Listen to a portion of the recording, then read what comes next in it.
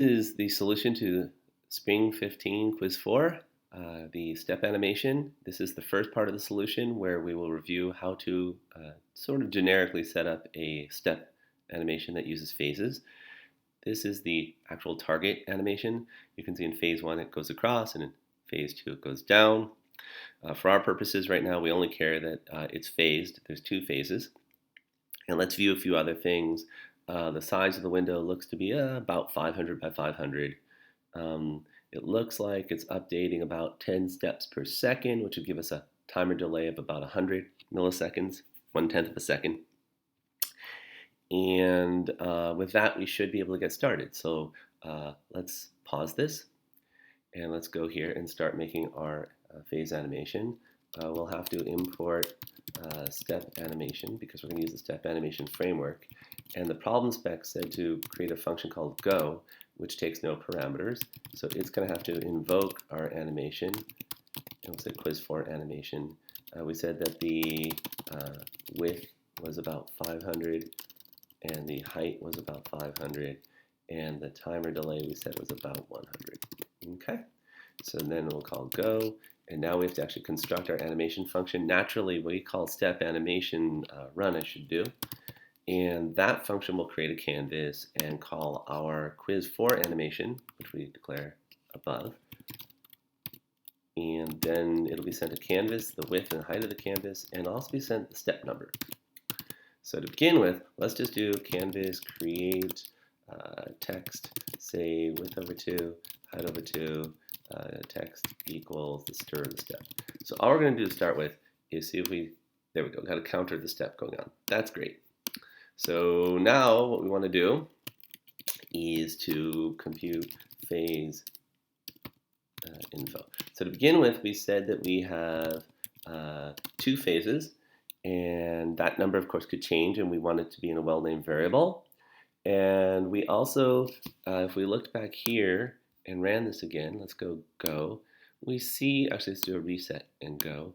Let's see, phase 1 seems to end around 30 steps, and phase 2 seems to end around 60 steps, which makes us think that we're going at about 30 steps per phase. So phase steps, the steps per phase is approximately 30. We could change that to whatever the number would be for the appropriate problem. In any case, now we know our current step, and we know how many phases we have and how many steps per phase, so we have to know what phase we are in. So for the first 30 steps, we're in phase 0, and then in the next 30 steps, phase 1, and then phase 0 and phase 1 onward. So it sure looks like what we're doing is we're taking our step and we are dividing by our number of steps per phase, our phase steps. And that value right there approximately gives us the phase we're in. The problem with that is that this works for the first two steps, first two phases, pardon me, but then it stops working because we get to phase 3, phase 4, phase 5, and we want to repeat over and over again, phase 0, phase 1, phase 0, phase 1.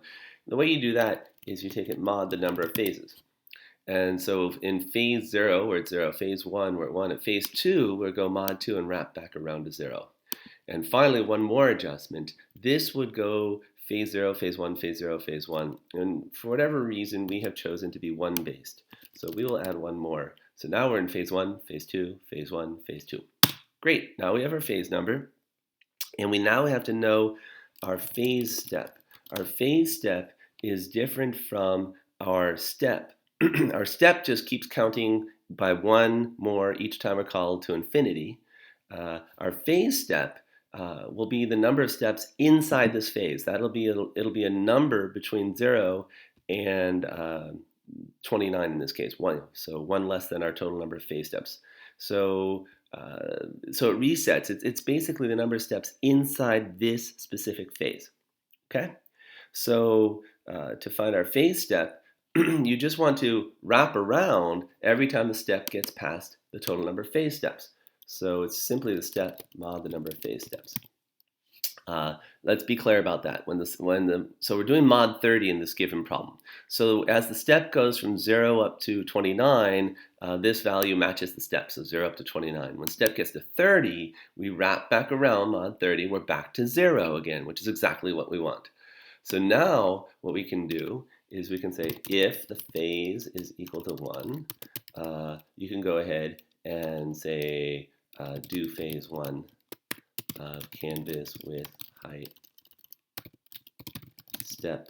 And what do we probably want to know? We probably want to know our phase step and our phase steps.